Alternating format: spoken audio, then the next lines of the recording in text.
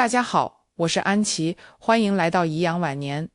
一到冬天，很多长辈就会惦记麻油的味道，无论是给家人炖麻油鸡，还是平时做菜拌面，那一瓶麻油都装着满满的关心。可是，安琪最近在超市和市场里看到的情景，让我心里挺不是滋味。很多叔叔阿姨站在货架前，面对各式各样、价格悬殊的麻油，眼里满是犹豫。现在的麻油牌子实在太多了，有的颜色深黑，有的浅黄，价格也从几十到上百不等。很多勤俭了一辈子的老人家，想着为家里省点钱，或者被包装上纯正、特级的大字吸引，往往就选择了最便宜的那一瓶。他们可能不知道，这个看似节俭的举动，或许正悄悄给全家人的健康埋下隐患。你以为买回家的是能驱寒补身的好东西，但说不定是用廉价油加香精、色素勾兑出来的化工麻油。这种油不仅没有滋补作用，高温下还会产生有害物质，反而伤身体。因此，安琪今天决定和大家彻底讲清楚麻油里的学问。我们要从麻油的制作工艺说起，明白深色香油和浅色香油的根本区别，更要学会用简单的方法，一眼识破那些以次充好的劣质油、调和油。让大家花的每一分钱都落到实处，吃进肚里的每一滴油都能真正守护家人的健康。如果你是的一次来，欢迎订阅我们的频道，点亮小铃铛，这样就不会错过接下来的健康生活分享了。你的支持就是我坚持说真话的最大动力。下面我就开始给大家进入正题。首先呢，咱们要来解决一个几乎困扰所有做饭人的问题。这市面上的麻油为啥有的黑如墨，有的黄如金？到底哪种才是好的？是不是颜色越黑就越补越纯呢？这里存在一个很大的误会，麻油颜色的深浅跟它的好坏品质并没有绝对直接的关系，关键是看它的出身和经历，也就是用什么芝麻做的，以及经过了怎样的修炼工艺。这就好比咱们喝茶，有绿茶、红茶、乌龙茶，工艺不同，颜色味道都不同，麻油也是一样的道理。要是没搞懂这个区别，很可能就会用错地方，不光菜的味道不对，还可能因为油不耐热而产生不好的东西。咱们先来说说那种颜色特别深，接近深褐色甚至黑红色，倒出来感觉有点浓稠的油，这个呢，通常就叫黑麻油或者胡麻油。做这种油，原料必须是黑芝麻，而且工艺上有个关键步骤，叫重火烘焙。就像炒瓜子、炒花生要把它们炒香一样，黑芝麻也要先放进锅里，用比较高的温度慢慢的炒，炒到它内部焦香，油脂被充分逼出来。经过这么一番高温洗礼后，再拿去压榨，得到的油颜色自然就很深了，味道也特别浓郁厚重，带着一股独特的焦香味。按照老一辈的说法和饮食智慧，这种经过火炒的黑麻油性质是偏热的，有很好的温补作用，能帮助驱散寒气，活络气血，所以它才是咱们冬天进补的专属选手。像炖麻油鸡、做姜母鸭、烧三杯鸡，还有产妇坐月子时吃的那些调理菜，都必须用它。只有它这股热劲儿，才能经得住和生姜一起爆炒，才能扛得住长时间的炖煮，把那个滋补的效果和香气完全发挥出来。那另外一种颜色比较浅，是亮晶晶的金黄色、琥珀色或者淡红褐色的油，又是什么呢？这个我们通常叫它香油、白麻油或者小磨香油。它的原料一般是白芝麻，在制作的时候用的是低温烘焙或者清火烘焙，有的还是用水磨的方法提取的。因为没有经过那么猛烈的高温，所以它最大程度地保留了芝麻原本的清新香气，味道比较淡雅清爽，没有那股焦苦味。这种油的性质就比较平和，甚至有点偏凉，所以它绝对不适合拿来大火爆炒或者炖煮滋补的菜肴。如果您不小心拿了香油去爆姜片想做麻油鸡，那糟糕了，不仅珍贵的香味预热一下就挥发了，而且因为这种油烟点比较低，很容易烧焦，产生苦味和有害物质。香油最好的去处是给菜肴画龙点睛，比如拌个凉菜、豆腐或者汤快煮好的时候，滴上那么几滴，瞬间鲜香四溢。调饺子馅、包子馅的时候放一点，也能增香去腥，效果特别好。所以咱们去买麻油之前，心里一定要先想清楚，我买这瓶油主要是想用来补的，还是用来香的？用途搞错了，再好的油也发挥不了作用，还可能帮到忙。分清楚了这两兄弟谁是谁，接下来安琪要讲的才是今天最关键，也是市场上水最深、坑最多的地方，那就是调和油的陷阱。您可能不太清楚，真正的100%纯粹的芝麻油成本是非常高的。芝麻本身就是一种比较金贵的油料，而且它出油很不爽快，不像大豆、花生那样，一般来说得要30-40斤上好的芝麻才能榨出1斤油来，再加上人工、机器、运输这些费用，一瓶纯正的黑麻油卖到100-200块钱，那才是比较合理的市场价。可是您去超市看看，很多写着纯正麻油、特级麻油的瓶子，一大桶才卖几十块钱，这从道理上说得通吗？肯定说不通嘛。这些便宜的离谱的麻油背后藏着一个很多人不知道的秘密，就是混充和勾兑。一些只顾赚钱的厂家会用非常廉价的大豆油，也就是色拉油、菜籽油或者棉籽油当做主要的基础油，这些油本身成本极低，而且没什么味道。然后呢，他们就在这一大桶基础油里掺进去一点点真正的芝麻油，比例可能只有10%，甚至更少。更有甚者，连一滴真麻油都舍不得放，直接往大豆油里加入人工合成的芝麻味儿、香精，再倒点焦糖色素之类的，把颜色染黑。香精负责制造出那种刺鼻的麻油香，色素负责把清亮的大豆油伪装成黑麻油的颜色。这么一勾兑，一大桶成本可能不到20块钱的油，就能当成纯麻油卖上好价钱，里面的利润高得吓人。这种勾兑出来的调和麻油对咱们身体的伤害是全方位的。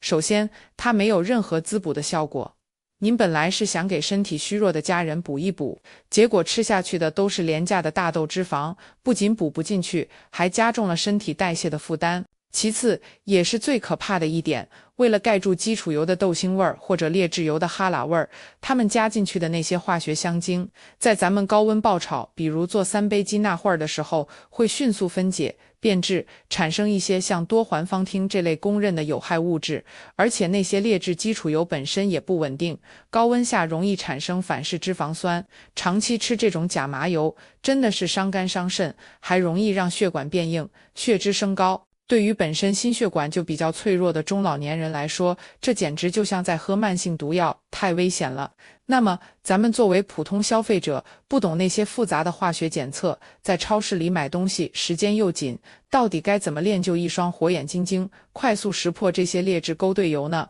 安琪今天就把自己压箱底的功夫，也是之前一位做了几十年香油生意的老师傅悄悄告诉我的3个绝招，毫无保留地分享给大家。您只要记住这3招，基本上就能避开市面上90%以上的坑。第一招，也是最核心、最没法造假的一招，就是一定要把瓶子转过来，死死盯住背面那一行小小的配料表或者成分表。我发现很多长辈买东西习惯只看瓶子正面包装好不好看，广告词写得多响亮，正面往往用大字写着100%纯正、特级香醇，大家一看就信了。但是根据咱们国家的食品安全规定，所有食品的配料都必须老老实实写在标签上，而且有一个铁打的规矩，必须按照含量从高到低的顺序来排列。这可是法律的强制要求，是商家不能乱来的。所以，当您拿起一瓶麻油，翻过来看配料表，如果排在第1位的写着大豆油、食用植物油、大豆油、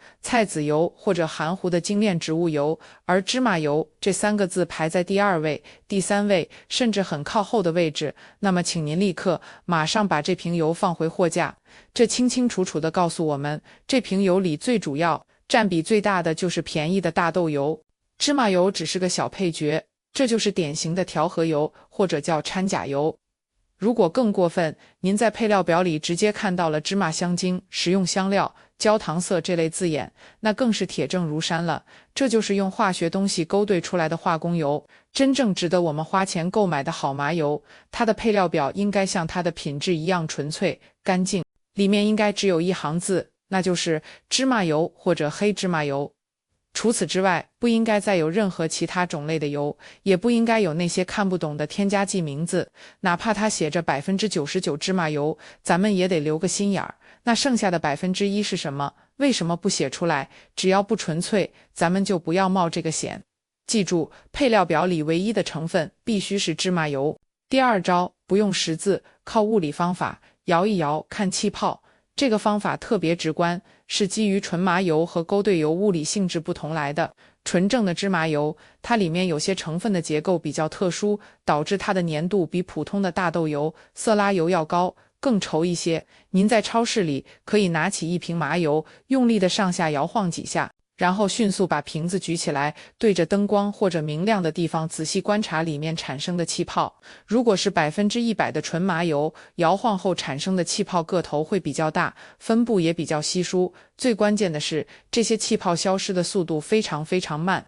它们会缓慢的、优雅的向上漂浮。油在瓶壁上流下来的速度也慢，有一种挂壁的感觉，就像咱们看蜂蜜流动那样，这说明油的质地够醇厚。反过来，如果是掺了大量大豆油的调和油，因为大豆油很稀，像水一样，摇晃之后会产生大量非常细密的小气泡，就像摇晃矿泉水瓶一样。而且这些气泡消失的极快，唰的一下全都跑到顶部不见了，液面瞬间就恢复了平静，几乎没有挂壁现象。因为油太稀薄，根本留不住气泡，所以摇一摇看气泡是不是又大又持久，是检验麻油纯不纯的一块试金石。第三招，靠嗅觉和触觉搓一搓闻真味。这一招尤其适合去传统市场、粮油店买散装麻油的时候用。您可以请老板滴1-2滴麻油在您的手掌心，然后2只手合起来，用力的来回摩擦，把手心搓到发热发烫。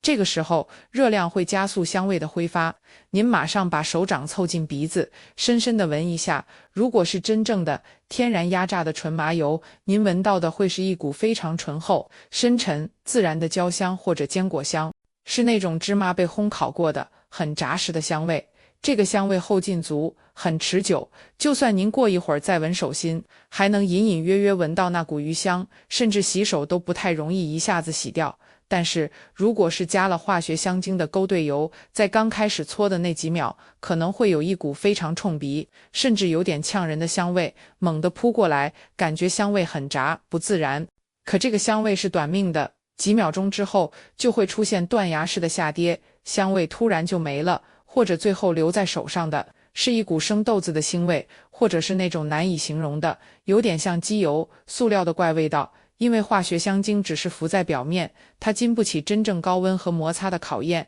一烤就原形毕露了。除了学会怎么挑，安琪还得特别提醒大家一下麻油的保存问题。咱们好不容易挑到了一瓶纯正的好麻油，要是保存不当让它变质了，那吃下去可能比假油还麻烦。很多家人习惯把油瓶子就直接放在煤气灶旁边的台子上，觉得炒菜时拿起来方便，这可是个大误区。所有的油脂最怕的就是3样东西：光线、高温和空气。灶台边长期有明火余温，还有窗边阳光的照射，都会大大加速麻油的氧化变质。变质的油会产生一股难闻的哈喇味，这种味道就是油脂酸败，产生有害物的信号。吃了这种变质的油，会加速身体细胞的氧化衰老。所以买回家的麻油最好是选择用深色玻璃瓶装的避光，用完一定要立刻把瓶盖拧紧，然后放在厨房阴凉、干燥、通风的橱柜里，远离灶台和窗户。如果您买的是大桶实惠装，建议可以分装到干净的小油瓶里，日常就用小瓶的，减少大桶反复开启接触空气的次数，这样能保存得更久、更新鲜。最后啊，安琪特别想跟各位叔叔阿姨、家人们说句心里话，咱们中国人讲究冬天进补，图的是什么呢？不就是图个身体健健康康，图个一家人围坐在一起，吃顿热乎饭的那份暖暖和和的亲情吗？麻油鸡、姜母鸭这些味道，那是咱们老祖宗传下来的生活智慧，是带着温度的关爱。可如果因为想省下几十块钱，不小心把勾兑的化工麻油买回了家，那咱们这份关爱的心意可就全变了味，不仅补不了身体，反而给家人的健康添了负担，那真是捡了芝麻丢了西瓜，太不值得了。所以下次无论是您自己去超市，还是叮嘱家里负责采购的亲人，买麻油的时候，请务必多花这1分钟，耐心地把瓶子转过来，找到那一行小小的配料表，认准芝麻油这唯一的一个成分，咱们宁可少吃一口，也要吃得明明白白，吃得真真正正，吃得健健康康。好啦，今天关于怎么挑选真假麻油、分清黑白麻油的深度分享就到这里了。如果您觉得安琪说的这些方法有点用，或者您听完已经忍不住想去厨房拿起自家的麻油瓶摇一摇，看一看配料表了，欢迎您在视频下面留言，跟我分享一下您的侦查结果，咱们一起交流心得。也请您帮个忙，动动手指，把这个视频转发给您的家人、老姐妹、老兄弟，特别是那些正准备买麻油过冬炖补品的亲朋好友。您的一次随手转发，可能就能帮他们避开一个健康的大坑，守住一家人吃饭的安全底线。我是安琪，在颐养晚年，关注咱们吃的健康，过得舒心的晚年生活，让我们的一日三餐都充满安心与智慧。咱们下期再见，祝大家身体健康。